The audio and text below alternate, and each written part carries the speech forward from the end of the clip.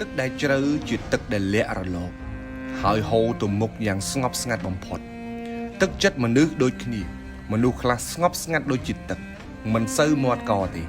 តែបើដាក់ចិត្តជួយនរណាមួយហើយគឺជួយចេញពីចិត្តចេញពីថ្លើមតែម្ដងគេមិនត្រូវការចំណាប់អារម្មណ៍គេមិនត្រូវការតបស្នងជួយដែលមានគោលដៅចង់ឃើញយើងរីកចម្រើនហើយជួយចេញពីទឹកចិត្តពិតៗបើអ្នកបានជួបមនុស្សប្រភេទនេះត្រូវតែគោរពទឹកចិត្តរបស់ពួកគេមនុស្សដែលមានចិត្តជួយយើងជាមនុស្សដែលមានតម្លៃបំផុតហើយតែមនុស្សដែលជួយយើងដោយស្ងប់ស្ងាត់មិនត្រូវការតបស្នងមិនត្រូវការចេញមុខមាត់គឺជាមនុស្សពិសេសបំផុតដែលអ្នកត្រូវតែចងចាំនិងគោរពទឹកចិត្តរបស់ពួកគេមនុស្សសន្យា10មិនស្មើអ្នកជួយពិតប្រាកដមួយឡើយនៅក្នុងទំនាក់ទំនងមនុស្សខ្លះមិនសូវនិយាយច្រើនទេតែបើអ្នកចង់ពឹងអីក៏បានដែរជួយអស់ពីចិត្តជួយដែលគ្មានត្រូវការតបស្នងជួយគឺដើម្បីជួយអ្នកមិនមែនគោលដៅផ្សេងឡើយទំនាក់ទំនងបែបនេះគឺជាទំនាក់ទំនងគុណភាពនិងគួរឲ្យគោរពជ្រាលជ្រៅបំផុត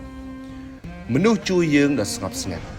ដាច់ខាតកុំប្រមាថទឹកចិត្តគេឲ្យសោះបើមានឱកាសអ្នកគួរនិយាយដឹងគុណទៅកាន់គេដោយត្រង់ដើម្បីបង្ហាញពីទឹកចិត្តរបស់អ្នកហើយគ្រប់ពេលវេលាដែលពួកគេមានបញ្ហាអ្នកក៏ត្រូវជួយគេវិញចេញពីចិត្តដូចគ្នាទោះបីជាមិនបានសងគុណគេពេញលេញតែអ្នកមិនអាចមើលរំលងទឹកចិត្តរបស់ពួកគេបានទេមនុស្សដែលជួយយើងនៅស្ងប់ស្ងាត់អ្វីដែលគាត់សប្បាយចិត្តបំផុតគាត់ចង់ឃើញយើងជោគជ័យ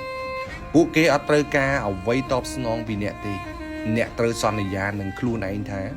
ថ្ងៃណាមួយដែលខ្ញុំទទួលបានជោគជ័យខ្ញុំនឹងមិនភ្លេចគុណរបស់អ្នកទេខ្ញុំនឹងប្រាប់ទៅសង្គមខាងក្រៅថាជោគជ័យមួយនេះបានមកដោយសារចំណែករបស់អ្នកដែរហើយខ្ញុំនឹងចងចាំគុណបំណាច់របស់អ្នកពេញមួយជីវិត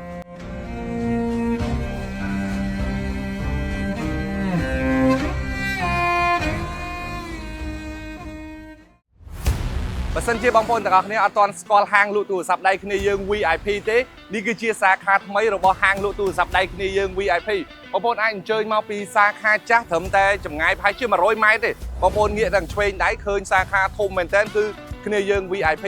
នៅទីនេះមានលក់សុទ្ធតែអវ៉ាន់ Grade A ហើយនឹងថ្មីប្រអប់ជាពិសេសនោះមានការធានារហូតដល់1ឆ្នាំពេញតែម្ដង